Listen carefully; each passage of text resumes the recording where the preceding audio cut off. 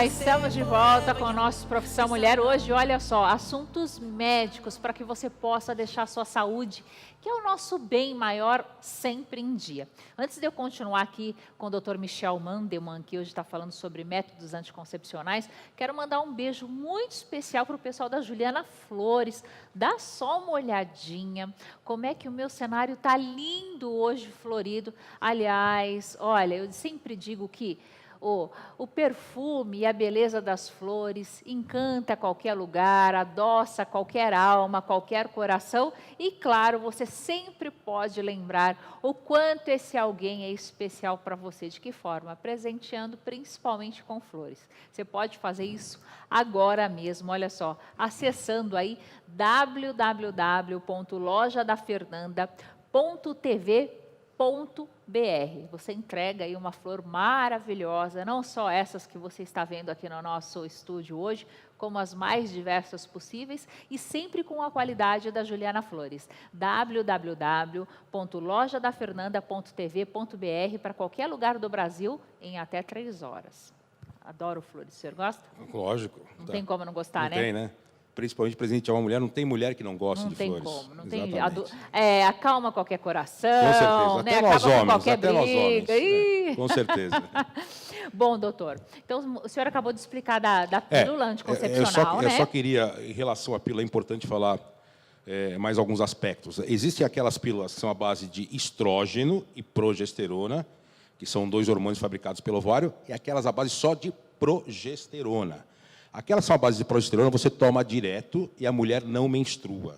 Aquelas são à base de estrógeno, tem algumas que são aprovadas por um órgão americano chamado FDA, Food and Drug Administration, que você pode tomar direto, porque a maior parte das pílulas que tem estrógeno, você faz a pausa. Que o grande vilão da história é o estrógeno. Falando em pílula anticoncepcional, Fernando, a gente está estendendo um pouco nesse tipo de anticoncepcional, porque existem contraindicações do uso da pílula, que nós estamos tratando com hormônios. É fundamental o médico saber quais são as contraindicações, tá? Perguntar à paciente se ela pode ou não tomar pílula através das condições. Se ela já teve uma doença chamada trombose venosa profunda, se ela tem problema no fígado grave, se ela tem problema cardíaco grave, se ela já teve o chamado AVC, acidente vascular cerebral, que é conhecido provavelmente como derrame, algum tipo de câncer que não seja ginecológico. Já ouvi falar que fumante não se dá bem com hoje em anticoncepcional. dia, o fumo está se tornando uma contraindicação absoluta do uso do anticoncepcional, tá? Que vai chegar uma hora que a mulher vai ter que decidir ou fumar ou usar o anticoncepcional. Olha só, tá? Porque o fumo nós sabemos qual é o perigo que traz para a saúde. Em relação ao anticoncepcional, ele pode potencializar a trombose. Tá? A gente sabe que trombose, em último caso, mata. E mata mesmo. Tá? Em relação, quando a gente fala em anticoncepcional oral ou injetável, existe aquele período de adaptação, você vai ver na bula, alguns falam 7, 10, 15 dias. Então, para evitar qualquer surpresa, no sentido de evitar uma gravidez, usar um preservativo, que eu trouxe uma amostra aqui também, né? E o preservativo, uma boa parte dos adolescentes usam, né? Que, além de... Ele é um método anticoncepcional de barreira, ele evita o encontro do espermatozoide com o óvulo.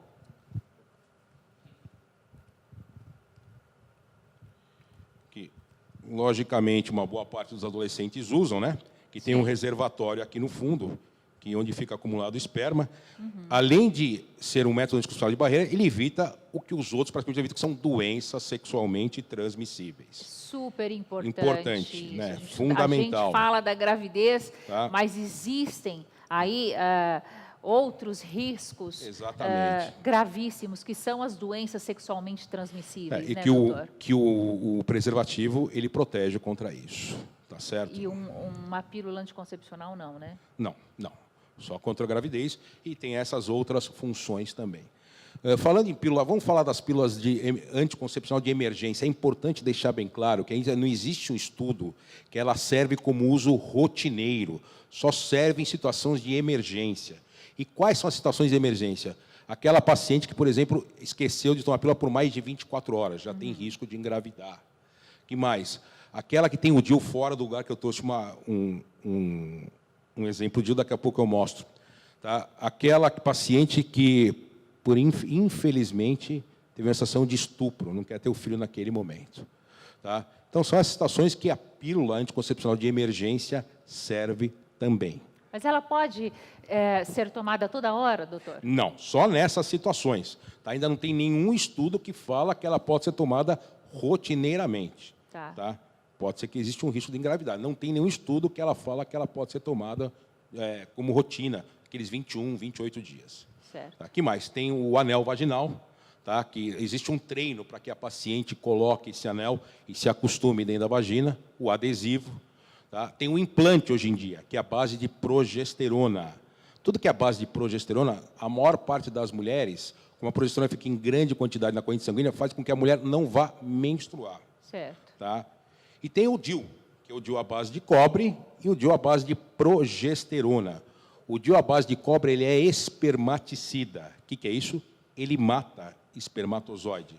E o DIU à base de hormônio... Ele é abortivo, doutor? Não. Porque as pessoas têm muito essa crença, eu diria, né, de achar, olha, não vou usar o DIU porque o DIU é abortivo. Ele não é. Não. Eu trouxe um exemplo aqui de um DIU. Esse é o Mirena. Esse na verdade, eu não posso falar o nome comercial. Sim. Tá, ele é a base de... Ele é o levonorgestrel, que tem um nome comercial. Tá, que, na verdade, esse T aqui... Esse aqui. Ele que fica grudado na parte superior do útero. Você tem que medir, tá, com um aparelho chamado esterômetro, o tamanho do útero para que ele seja inserido até essa base aqui, onde se verifica o tamanho total do útero para que você insira o DIU. Tá? Existe uma situação típica em relação à amamentação, que a mulher só pode usar anticoncepcionais à base de hormônio progesterona. Como eu falei no começo, Fernanda, existem anticoncepcionais à base de estrógeno e progesterona, e aqueles à base só de progesterona. Não pode ser usado à base de estrógeno porque ele seca o leite. Tem os orais, tem os injetáveis. O que a gente observa em relação aos injetáveis é que existe um efeito colateral. Na literatura é uma coisa, na prática, de acordo com a experiência de cada médico, é outra. Que o injetável tem como efeito colateral o inchaço, que é uma progesterona à base de depósito. Então, algumas mulheres incham, tá? E, teoricamente, elas aumentam de peso. Na verdade, não é o peso, é o líquido que está acumulado nela. Tá? E, obviamente, depois que ela parar, isso pode... Em alguns casos, tem que entrar com diurético também. Tá? Então, basicamente, são esses. Existem os métodos definitivos, tá?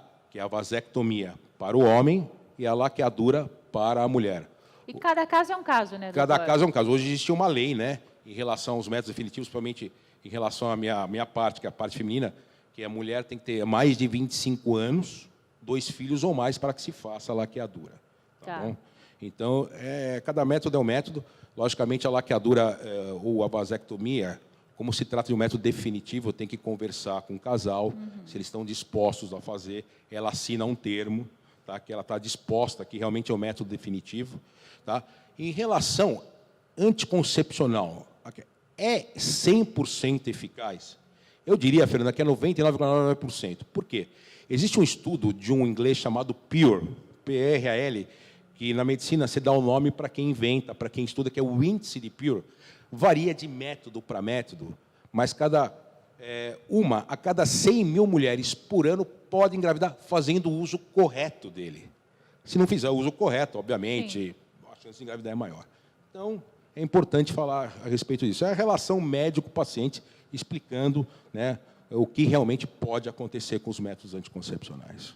Mas olha, gente, só por essa margem de segurança aí, não, você com fazendo certeza. tudo certinho, não, com sem certeza. sombra de dúvidas, é totalmente seguro, não, né, sim, doutor? Lógico, doutor, muito obrigada seguro. mais uma vez, Imagina. viu? Deixa eu sentar aqui do lado dessa moça, antes da gente chamar o intervalo, né, doutora? Vou pegar aqui o microfone do doutor Francisco emprestado um pouquinho. Isso é um tema que a gente está sempre preocupada, né, doutora? É verdade, nós mulheres sempre nos preocupamos. E o anticoncepcional hoje é indispensável, mas tem alguns efeitos colaterais indesejados, realmente. É verdade, não tem jeito. Mas, graças a Deus, agora tem esses outros métodos, né? É verdade, tecnologia, a gente tem que acompanhar, né, Fê? Tem acompanhado, com certeza. Eu não sei se a gente ainda tem tempo antes do intervalo, tem? Dá tempo de fazer uma perguntinha aqui para a doutora? Então, vamos lá, doutora. Já que a gente hoje está aqui, né, com eu diria que esses 3 mestres aqui da área de saúde, estou muito bem cercada aqui, né? Posso até ter um Verdade. piti aqui hoje, viu, gente? Estou segura demais. Nós. Mas, na verdade, o nosso assunto hoje é falar dessa relação médico-paciente, né? Que, infelizmente, cada vez mais tem aumentado o número de pessoas que têm ingressado com processos em relação a médicos.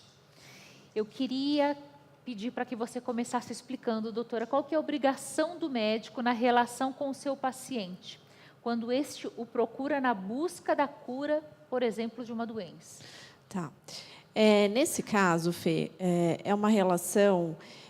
quando o médico é procurado por um paciente na busca de uma cura, esse médico, por óbvio, ele não tem obrigação de resultado. Por quê? A obrigação dele é utilizar todo o conhecimento dele e todos os recursos e tecnologias disponíveis para garantir a vida e a saúde dessa pessoa. Entretanto, se não acontecer, ele não é responsável por isso, exceto se ele agiu com imprudência, imperícia ou negligência. Aí, neste caso, há que se falar em responsabilidade. Mas, se você vai procurar um médico e a cura não ocorreu, não tem como você responsabilizar esse médico. Então, é muito importante analisar, porque muitas vezes hoje ficou tão usual, eu vou buscar a justiça. Antes, você precisa analisar qual o seu caso de fato, com muito cuidado e prevenção, para isso não ser revertido contra você. Principalmente, assim, a atuação dos médicos, eles... Por mais que eles, assim, obviamente, quem é mais frágil nessa relação, a gente sempre brinca, né? É o paciente, mas o médico também, porque ele tenta de todas as alternativas, mas não depende dele. Esse é o resultado. Agora, o que eu acho que nota a maior queixa, né, sem sombra de dúvidas, é principalmente, aí eu vou até pedir para conversar junto com o doutor Francisco aqui, quando o assunto é cirurgia estética, quando o assunto é... Eu não sei, quando eu falo cirurgia estética, eu posso falar cirurgia reparadora também, doutor? Ou uma coisa é uma coisa e outra coisa é outra coisa? A cirurgia plástica envolve tanto a cirurgia plástica estética e a cirurgia plástica reparadora. Então, estão todas envoltas aí dentro do mundo da cirurgia plástica. Mas a gente vê que a queixa maior, realmente, é quando se procura... por exemplo, um cirurgião plástico. Como é que funciona essa relação? Sim. A relação de paciente e cirurgião plástico, nós temos dois ângulos. O primeiro é a cirurgia plástica por estética. Neste caso, a obrigação... Desculpa, o doutor Francisco vai brigar comigo depois, mas tudo bem, brincadeira. A responsabilidade do cirurgião plástico para a estética é de resultado, ou seja, ele tem obrigação de dar o resultado esperado. Entretanto, se ficar comprovado que houve culpa do paciente para que aquele resultado não tenha sido satisfeito, ou um caso fortuito ou uma força maior, por exemplo, não há que se falar em responsabilidade do cirurgião plástico. Então, eu vou citar como exemplo um caso em que nós atuamos. Vou pedir um minutinho, porque eu quero levar a fundo esse assunto aí, porque eu tenho uma coisa para falar também. Ó, não sai daí, não, que esse assunto está só no comecinho, viu? É rapidinho. Bate lá, volta cá.